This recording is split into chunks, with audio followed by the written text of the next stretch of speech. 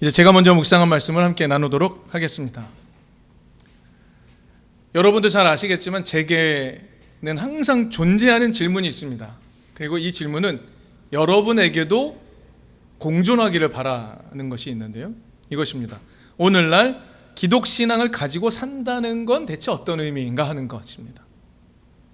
그러면 기독신앙을 가지고 산다는 것은 세상의 가치에 따라 사는 것과 어떤 면에서 부딪히는가를 고민해 보는 것도 필요합니다. 좀 2000년 전으로 한번 시점을 옮겨서 이런 질문도 한번 해봅니다. 왜 예수의 길을 따르는 그 가치가 유대교 신앙과 부딪혔었나? 라는 고민도 해보게 됩니다. 대체 어떤 면에서 큰 도전을 던졌던 것인가? 더불어 2000년 전의 기독신앙은 로마 제국 한복판에서 어떻게 그렇게 유의미하게 세상을 뒤흔들 수 있었는가? 이런 질문을 정말 늘 던지게 됩니다. 2000년 전에 유의미했다면 오늘날에는 유의미한가? 이 질문도 던지게 되고요.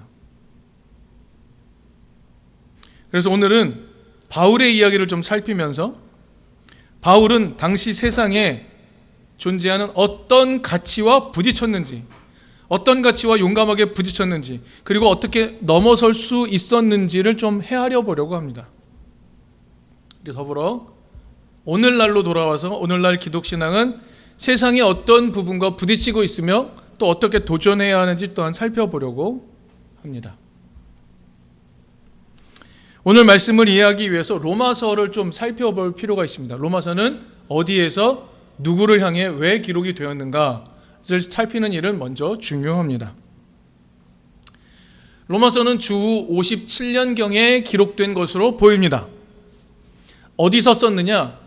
고린도라는 곳에서 예루살렘으로 떠나기 직전에 자신이 세우지 않은 로마 교회를 향하여 쓴 글입니다. 로마 교회는 바울이 세우지 않았습니다. 바울이 기여한 바가 없습니다. 그러나 로마의 교회가 세워졌고 그 교회를 향하여 고린도에서 쓴 바울의 편지가 로마서라는 것이죠.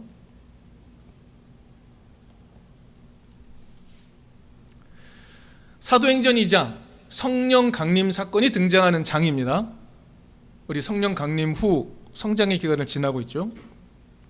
최초 성령 강림 사건을 기록하고 있는 내용, 그 시기를 보니까 오순절이었고, 오순절에는 세계 각지에 흩어졌던 유대인들이 돌아와서 오순절을 지키는 풍습이 있었습니다. 그리고 사도행전 2장을 살펴보니까 세계 각지에서 사람들이 왔는데 그 중에는 로마에서 온 사람들도 있었다라고 기록하고 있습니다. 아마도 그 순례자들이 그곳에 와서 놀라운 예수의 이야기를 듣고 충격을 받고 로마로 돌아와서 우리는 예수의 길을 따라야겠다라는 고백과 함께 교회를 세웠을 겁니다. 대단하지 않습니까? 대체 예루살렘에 와서 어떤 이야기에 감동이 되었길래 자기의 삶의 자리로 돌아와서 자기를 둘러싸고 있는 세상의 가치가 아니라 예수의 길을 따라 살아야겠다라고 결단할 수 있었을까요? 더불어 지도자라고 여길 수 있는 사람조차 없었는데 말입니다. 매우 놀라운 이야기입니다. 그럼 상상해 볼까요? 처음에 로마 교회는 유대인들이 중심이 되었겠죠. 예루살렘에 다녀온 사람들이 중심이 되었을 테니까 말입니다. 그리고 이방인들이 함께 모였을 겁니다. 그래서 서로 모여서 예수의 이야기가 주는 새로운 희망을 함께 발견하며 모였을 겁니다. 이게 로마 교회의 시작이었을 겁니다. 이 이야기는 뒤에 좀 더 나누어 보도록 하겠습니다. 그런데 그렇게 교회가 시작이 되었는데 이후에 중요한 사건이 하나 벌어집니다. 그럼 교회가 시작된 것은 우리가 예수의 탄생을 기원으로 보면 예수는 기원 후 약 30년, 33년에 돌아가셨고 그때 그 해에 오순절 성령 강림이 일어났고 거기 왔던 사람들이 돌아가서 교회를 세웠으니 로마 교회의 시작은 약 30년대 중반쯤 되겠죠? 30년 중반쯤 될 겁니다.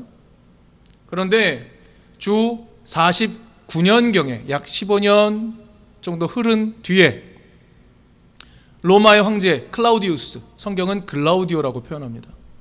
글라우디오 황제가 로마에 사는 모든 유대인들을 강제로 추방하는 일이 있었다 라는 것이 성경에 기록이 되어 있습니다.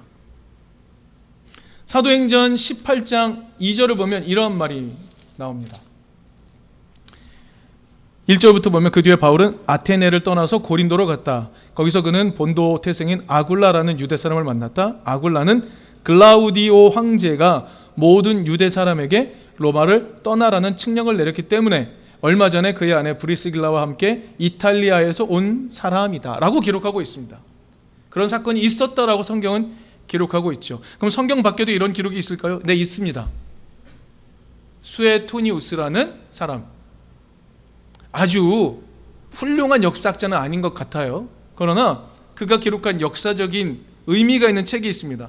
초기 로마 황제 12명의 이야기를 담은 글, 황제의 삶이라는 책이 있습니다. 여러 이름으로, 다양한 이름으로 번역되기도 했는데요. 그 중에 클라우디우스 황제에 대한 이야기 대목 중에 이런 이야기가 나온다는 것이죠. 선동가 크레스투스, 이게 그리스도인지 분명하지 않습니다만 크레스투스로 인해서 유다인들이 끊임없이 소동을 일으켰으므로 그들을 로마 밖으로 내쫓았다라는 기록이 있습니다. 학자들은 이것을 이렇게 생각을 하죠.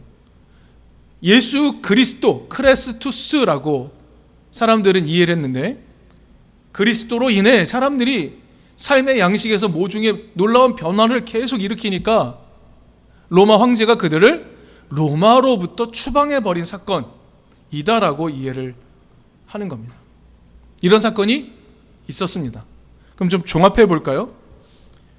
유다인들로 시작된 로마 교회, 이방인들이 함께 와서 성장했던 로마 교회, 주후 49년 이후 어떤 교회가 되었습니까? 유다인들은 추방당하고 이방인들만 남은 교회가 되었겠죠. 그래서 이방인들이 로마 교회를 그나마 건실하게 지켜가고 있었을 겁니다. 그랬다가 쫓겨난 유다인들, 고린도로 쫓겨났던 유다인들이 다시 로마로 돌아오게 됩니다. 약 5년쯤 지난 다음에.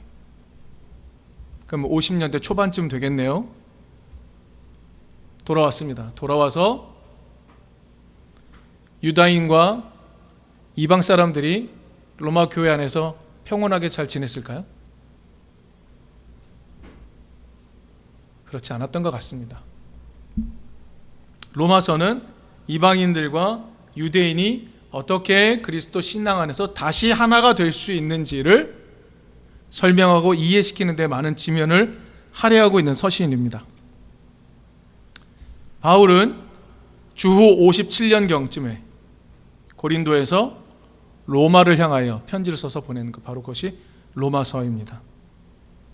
그러면 이 로마서를 기록한 주요 목적 중에 하나는 이러한 갈등을 해결하는 일이구나라는 것도 우리는 알 수 있는 겁니다.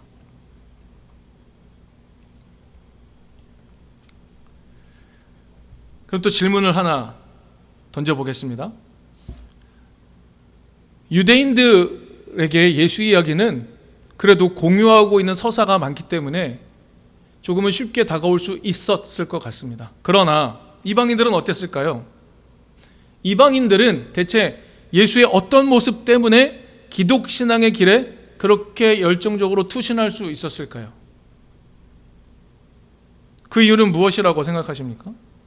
로마 제국은 클라우디우스 황제는 크레스투스라는 그 존재들이 소동을 일으키는 존재, 그들의 삶의 변화가 소동이라고 보았기 때문에 유대인을 내쫓기까지 했지 않습니까? 그런 상황에서 함께 동참했던 이방인들은 대체 무슨 이유 때문에 기독신앙을 함께 유지하기 위해 노력을 했던 것일까요? 그리고 교회를 지킬 수 있었던 것일까요? 대체 이방인들은 예수의 어떤 모습으로 인해 희망을 유지할 수 있었던 것일까? 여기에 우리는 질문을 던져봐야 합니다. 여러분, 바울의 이야기의 핵심 사건은 무엇이라고 여러분 이해하고 계십니까? 바울이 쓴 여러 이야기가 있잖아요. 바울이 쓴 이 여러 이야기는 무슨 사건이 가장 밑에 기초적으로 깔려 있는 것입니까? 부활입니다. 맞습니다. 예수의 삶과 그 삶의 결과로서의 부활이 바울의 모든 이야기의 기초입니다. 그래서 예수 부활의 의미를 전했던 사람입니다. 그러면 이 바울의 이 메시지는 로마 제국 내 사람들에게 어떻게 받아들여졌을까요? 사람의 죽음과 부활이라는 이야기가 어떻게 받아들여졌을까요? 우습게 받아들여졌습니다.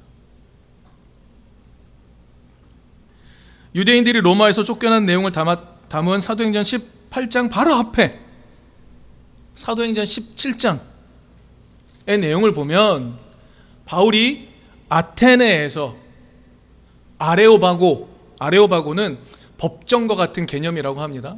그 아레오바고가 있는 광장에서 당시에 그 지역에 살던 유대인들과 그리고 더불어 에피쿠로스 학파와 스토아 학파와 어떤 논쟁을 벌였는지가 기록이 되어 있습니다.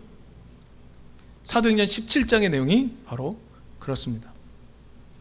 17장 17절 18절을 보면 이렇게 되어 있습니다. 16절부터 보겠습니다. 바울은 아테네에서 그들을 기다리고 있는 동안에 온 도시가 우상으로 가득 차 있는 것을 보고 격분하였다. 그래서 바울은 회당에서는, 그러니까 아테네에 있는 회당이 있었다는 거죠. 유대인들의 회당에서는 유대 사람들과 이방 사람 예배자들과 더불어 토론을 벌였고, 또한 광장에서는 만나는 사람들과 날마다 토론하였습니다.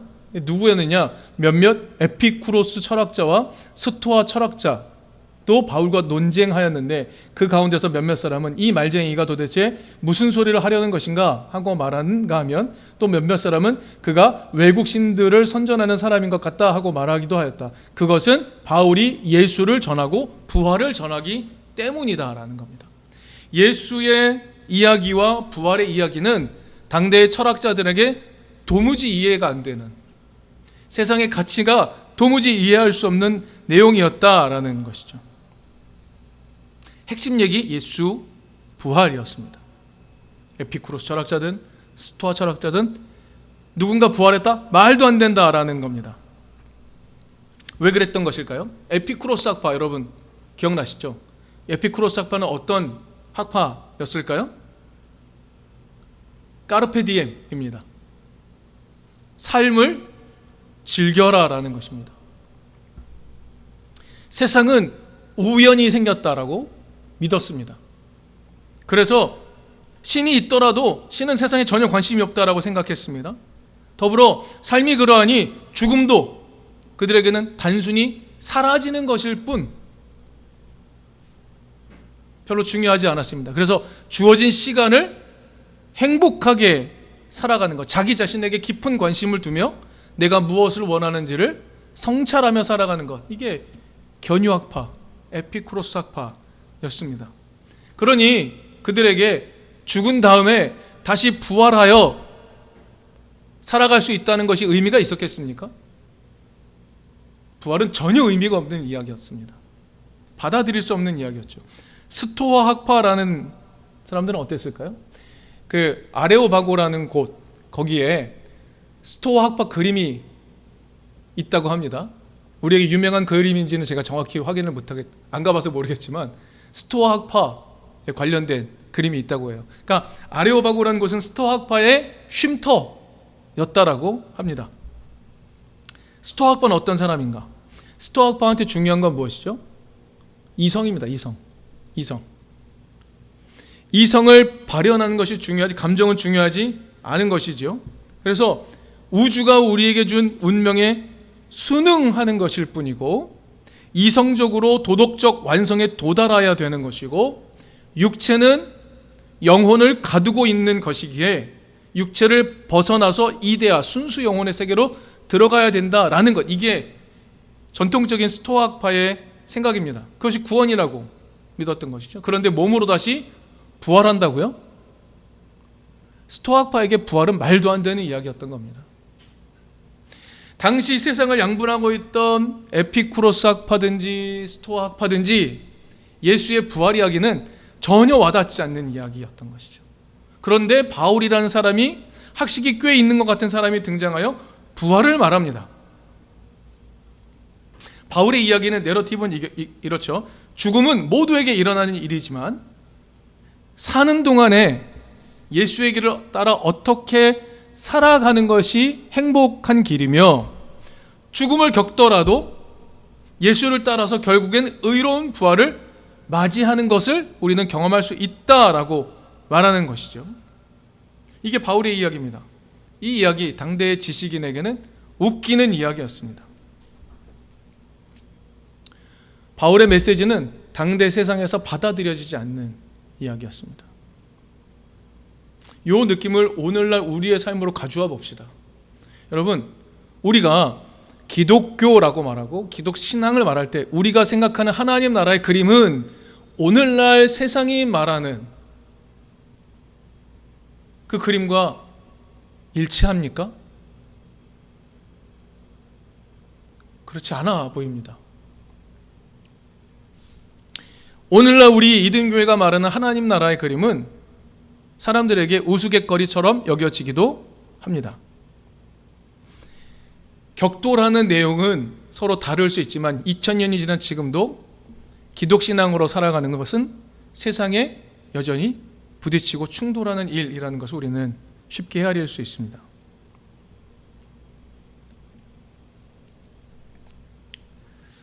계속해서 사도행전 17장 32절 34절을 보겠습니다.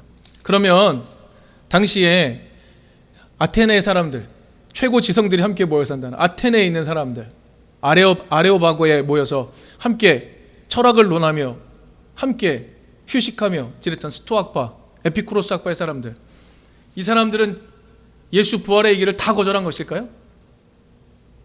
그렇지 않은 것 같습니다. 사도행전 17장 32절 34절을 보면 이런 이야기가 나옵니다. 그들이 죽음 사람들의 부활에 대해서 들었을 때 더러는 비웃었으나 더러는 이 일에 관해서 당신의 말을 다시 듣고 싶소 하고 말하였다. 이렇게 바울은 그들을 떠났다. 그러나 몇몇 사람은 바울 편에 가담하여 신자가 되었다. 그 가운데는 아레오바고 법정의 판사인 디오누시오도 있었고 다마리라는 부인도 있었고 그 밖에 다른 사람들도 있었다라고 신약성경은 우리에게 기록을 해주고 있습니다. 반응했던 사람들이 있었던 것 같습니다. 철학적으로 사람들과 소통하고 그곳에서 중요한 역할을 맡았지만 그럼에도 불구하고 그들의 철학 속에서, 그들의 가치관 속에서 여전히 희망을 갖지 못했던 사람, 뭔가 불안하고 무언가 무의미하고 이것이 아닌데 라고 느꼈던 사람들이 있었던 것 같아요.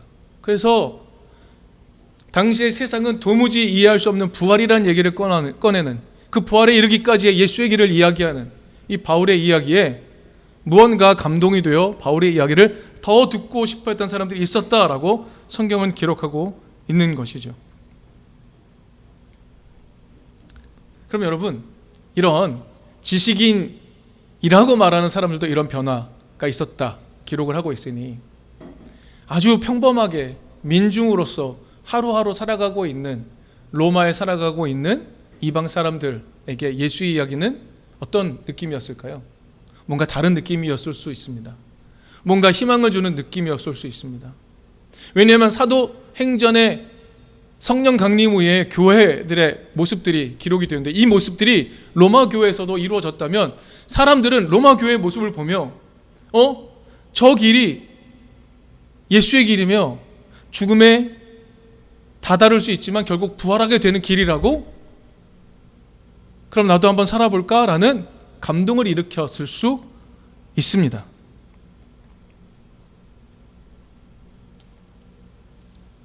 바울이 던진 이 메시지, 오늘의 바울의 던진 메시지로 다시 한번 돌아봅니다. 바울은 지금 분열 상황에 놓여 있는 로마 교회, 이방인들과 유대인들의 갈등 속에 놓여 있는 로마 교회에 다시 이 메시지를 던질 필요가 있었습니다. 바울이 아레오바고에서 어떤 이야기를 했는가 좀 더 돌아보면 사도행전 17장 24, 25절이 있습니다. 그는 아레오바고에서 이런 얘기를 합니다.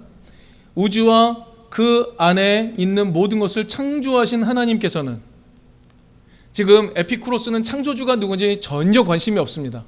창조는 그냥 된 겁니다. 그리고 스토아학파는 어떤가요? 우리는 알 수 없는 그 누군가 일자를 통해서 세상이 유출됐다라고 보고 하는 것들이죠. 그런 생각들을 합니다. 그런데 바울은 여기에다 대고 창조를 이야기해버리죠. 그 안에 있는 모든 것을 창조하신 하나님께서는 하늘과 땅의 주님이시므로 사람의 손으로 지은 신전에 거하지 않으십니다. 또 하나님께서는 무슨 부족한 것이라도 있어서 사람의 손으로 섬김을 받으시는 것이 아닙니다. 그분은, 그 창조주는 어떤 일을 하시나? 모든 사람에게 생명과 호흡과 모든 것을 주시는 분이십니다 라고 이야기합니다. 자신이 따르는 야훼 하나님은 모든 사람에게 생명과 호흡과 모든 것을 주시는 분이라고 용감하게 이야기합니다. 이 충돌이죠. 당시 학파들이 갖고 있는 세상을 바라보는 관점. 여러분, 스토아학파는 육체를 부정하게 여겼기 때문에 창조주 자체는 열등한 신이라고 말했던 사람들입니다. 그런데 거기에다 대고 바울은 말합니다. 하나님은 세상을 창조하신 분이다. 그리고 그 모든 생명들에게 호흡을 주고 모든 것을 주시는 분이다. 이렇게 말하는 겁니다. 그야말로 충돌인 거죠. 충돌인 겁니다. 바울은 여기서 이렇게 말했습니다. 모든 인류의 모든 족속을 한 혈통으로 만드셨다라고 강조합니다. 여러분, 이걸 증명해낼 수 있나요, 바울이요? 모든 인류가 한 혈통으로 만들어졌다. 여러분, 이게 과학적인 설명입니까? 아닙니다. 매우 신화적이지만, 매우 시적이지만 온 인류가 하나라는 것을 말하는 매우 강력한 선언인 것이죠. 모두가 같은 혈통 안에 있다라고 말하는 겁니다. 그것은 오늘 본문으로 바로 이어지게 되는 겁니다. 로마서 5장 아담 이야기하죠. 여러분, 로마서에 유대인과 이방인이 같이 있습니다. 근데 아담 이야기를 하면, 아담을 역사적인 아담으로 이해해버리면 이방인들이 다 받아들일 수 있을까요? 우리는 여기서 이해할 수 있습니다. 로마 교회에게 하는 아담의 이야기는 역사적 아담을 이야기하는 게 아니죠. 우리가 한 혈통으로 되어 있다. 그리고 그 혈통의 시작점에 아담이 있다고 믿는 것이 우리 유대 신앙의 가장 기본적인 내용이니, 우리 아담이라는 존재로부터 우리를 이해해보자라는 초청인 겁니다. 아담의 이야기는 유대인인 바울이 세상의 시작을 이해하는 틀이죠. 바울은 이렇게 이야기합니다. 하나님은 모든 사람에게 생명과 호흡과 모든 것을 주고자 하셨지만 모든 인류가 한 혈통이다라는 것을 상징하는 아담, 그 존재의 욕심으로 인해 살아있는 동안 내내 죽음이 왕노릇하게 되었다라고 말하는 겁니다. 이런 설명인 거죠. 아담을 역사적 아담으로서 그로 인해 죄가 들어왔고 예수로 인해 은혜가 들어왔다, 이 얘기를 하려는 것이 아니라는 말입니다.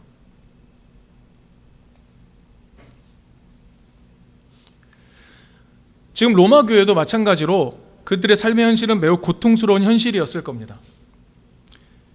그들에게도 철학은 여전히 로마 교회도 작동을 했겠죠. 에피쿠로스 학파처럼 오늘을 그냥 충실하게 살다가 초연하게 죽음을 맞이하면 돼 라고 말하는 그런 철학이나, 육체는 얼른 벗어버려야 돼, 완벽한 이성으로 우리는 무장해서 이데아로 가는 꿈을 꿔야 돼, 육체를 벗어나야 돼 말하는 스토아파나 이런 철학으로 그들의 고통스러운 현실이 해결될 수 있을까요? 해결되지 않습니다. 하지만 바울은 이렇게 말합니다. 하나님께서 원래 주시고자 했던 바가 무엇이냐 하면 모든 사람에게 생명과 호흡과 또한 생명에 필요한 모든 것이다. 그리고 그것을 주는 것이 어떤 것인지 보여주신 분이 바로 예수이고, 그래서 그 예수의 삶이 중요하고, 그런데 그 삶을 세상이 공격하여 죽음으로 이끌어갈 수 있겠지만 그 예수는 반드시 부활하셔서, 마침내 부활하셔서 오늘 우리에게 나타나셨다 라고 말하고 있는 겁니다. 바울은 죽음이라는 도전을 무시하진 않았습니다. 그러나 그 죽음을 넘어설 수 있는 부활이 있다라는 이야기를 로마 교회도 하는 거죠. 로마 교회 또 하는 겁니다.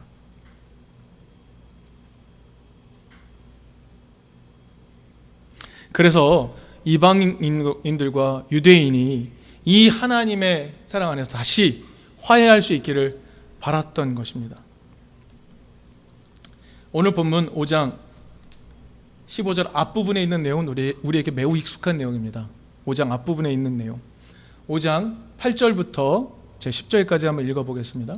그러나 우리가 아직 죄인이었을 때에 그리스도께서 우리를 위하여 죽으셨습니다. 이리하여 하나님께서는 우리들에 대한 자기의 사랑을 실증하셨습니다. 우리에게 익숙한 말이죠. 10절 이런 말씀 나옵니다. 우리가 하나님의 원수일 때에도 하나님의 아들의 죽으심으로 말미암아 하나님과 화해하게 되었다면 화해한 우리가 하나님의 생명으로 구원을 얻으리라는 것은 더욱더 확실한 일입니다. 이 말을 전합니다. 로마 교회 안에 있는 유대인들과 이방인들 다시 만났지만 잘 결합되지 않고 있는 이 갈등, 화해. 예수께서 우리와 하나님을 화해시키는 것처럼 우리도 서로 화해하며 나가야 된다라고 초청하고 있는 겁니다. 그리고 그 길이 부활로 이어진다는 것을 6장 5절에서 다시 말합니다. 우리가 그의 죽으심과 같은 죽음을 죽어서 그와 연합하는 사람이 되었으면 우리는 부활에 있어서도 또한 그와 연합하는 사람이 될 것입니다 라고 말합니다. 하나님과 화해를 이루었던 예수의 길이 유대인과 이방인이 갈등하는 로마 교회도 따라야 할 길이다 라고 이야기해 주고 있는 것이죠. 그럼 우리 다시 부활의 길에 서게 된다라고까지 이야기해 주고 있는 겁니다. 바울이 처음 예수 그리스도 이야기를 들고 아테네로 가서 로마 세계 한복판에서 예수 이야기를 꺼냈을 때 그는 조롱거리였고 웃음거리였습니다. 그러나 그의 이야기는 충격을 주었습니다. 로마 제국 안에서 유통되고 있던 철학들은 민중들에게 위로가 되지 못했습니다. 그러나 예수의 복음이 위로가 되었고 희망이 되었습니다. 여러분, 오늘 우리는 어떠한가요? 오늘 우리가 갖고 있는 예수의 길이 사람들에게 희망을 줄 수 있습니까? 우리는 거기서 희망을 발견하고 있습니까? 우리가 먼저 던져봐야 될 질문입니다. 바울은 이렇게 이야기했습니다. 예수의 길, 모든 이에게 하나님의 생명과 호흡을 전하는 예수의 길, 그 길은 죽음을 맞을 수는 있지만 마침내 부활로 이어졌다라는 것을 말했고 그 길을 믿고 따르는 민중들 또한 희망을 가질 수 있었다라는 것이 성경이 전하는 전언입니다. 우리가 살폈듯이 바울은 당대 지식인들과 부딪혔습니다. 그들의 놀이터에 원자폭탄을 던진 셈이죠. 바르테가 말했듯이 로마서는 자유주의자들의 놀이터에 폭탄을 던진 셈이었습니다. 바울은 그랬습니다. 바울은 현실의 민중의 삶을 보듬는 예수의 모습, 예수의 부활에서 하나님을 발견했고 그 하나님을 전했던 것입니다. 그래서 바울의 도전은 매우 의미가 있었고 바울의 도전은 매우 유의미한 결과들을 만들어냈습니다. 바울은 예수의 삶이 오늘의 현실에서 우리의 삶에 펼쳐지고 그 현실의 삶의 결과가 죽음일 수는 있지만 부활로 이어진 동력이 된다는 것을 분명히 전했던 것이죠. 이러한 생각의 흐름이 오늘날에도 유효할까요? 바울의 이러한 도전이 오늘도 교회를 통해 세상과 부딪히는 그런 모습으로 나타날 수 있을까요? 오늘 우리가 당면하고 있는 현실의 문제 한복판에서 기독신앙은 세상의 어떤 모습에 도전할 수 있을까요? 그리고 오늘 우리는 세상의 도전함과 동시에 우리의 도전이 세상 사람들에게 희망이 된다는 것을 경험할 수 있을까요? 오늘 우리는 왜 기독신앙을 가지고 살아가려 하는 것일까요? 그 질문을 한번 던져 볼 수 있기를 바랍니다. 그리고 바울이 예수의 삶과 죽음, 부활에서 희망을 발견했듯이 우리도 희망을 발견하고 그 희망을 통해 세상에 도전할 수 있는 용기를 얻을 수 있기를 바랍니다.